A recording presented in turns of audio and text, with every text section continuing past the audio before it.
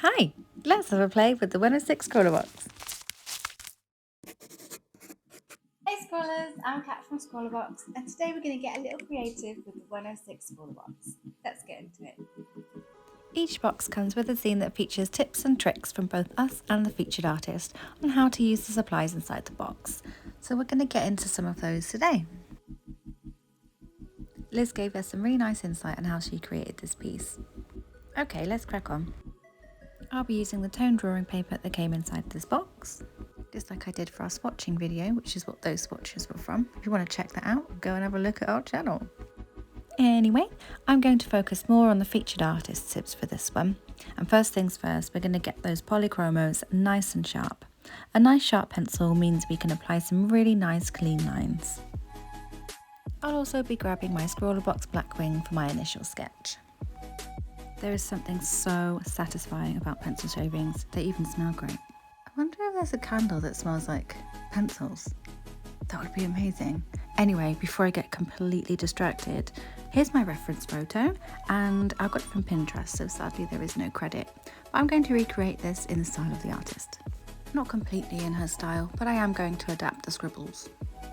Starting with the pencil sketch, I want to get all the important features down and get those proportions in line. This took way longer than I thought, almost to the point of overthinking, so I took a little break and stepped back and came back, and it helped me refocus. I didn't have to tell you that, but I thought I would, just in case that helps if you're overthinking your drawing too. Take a little step back, it might help. Sketch done, and I've tried to keep it as basic as possible. Apparently more sharpenings because I have a problem. Starting with the coral colour, as it's a nice light tone and it won't overwhelm the sketch. When working with colouring pencils, it's best to work in light layers, gradually building your way up. I've taken the Loosey Goosey approach like Kaale is, so I'm holding the pencil far back so my pressure is also light on the page. Big scribbles, long scribbles, all of the scribbles, I'm following the sketch outline and blocking in more marks and scribbles where the shadows are more prominent. So while every mark is loose, it's purposeful. I'm also referring back to my reference to make sure those shadows and lines are in the right place. That way what happens is a bit more realistic, drawing what's real and not made up. My brother once told me never do anything from memory, and that piece of advice has just stuck in my head. I think he was actually talking about cooking, but I feel like it can be applied to drawing too. Colouring pencils, whether you're working on realism or not, are a slow process. Go light, go soft, go slow. Everything comes together in the end. You just have to be a little bit patient.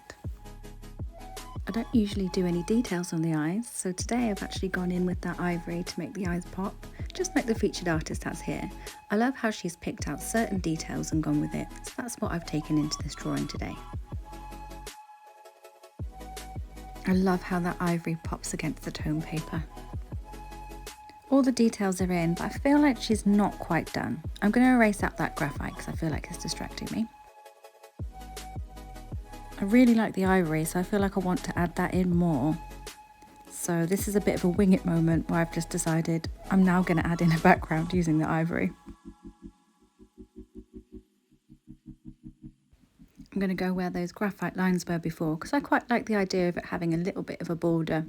And I'm going to fill it in softly and see how that looks. Again, building it up, seeing how it looks, building it up more, seeing how it looks. Happy days. Quite happy with that.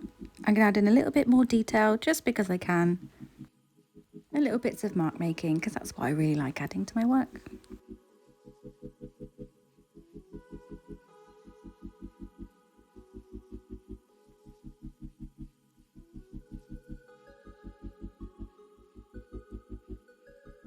More details on the eyes there, just to make them stand out a bit more.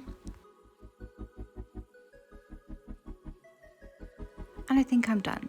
My absolute final bit is adding in a bit of the blender pen, just to the darker bits of pencil, because that will make it stand out just that little bit more. No need to add too much, we're not blending anything, just trying to make things pop.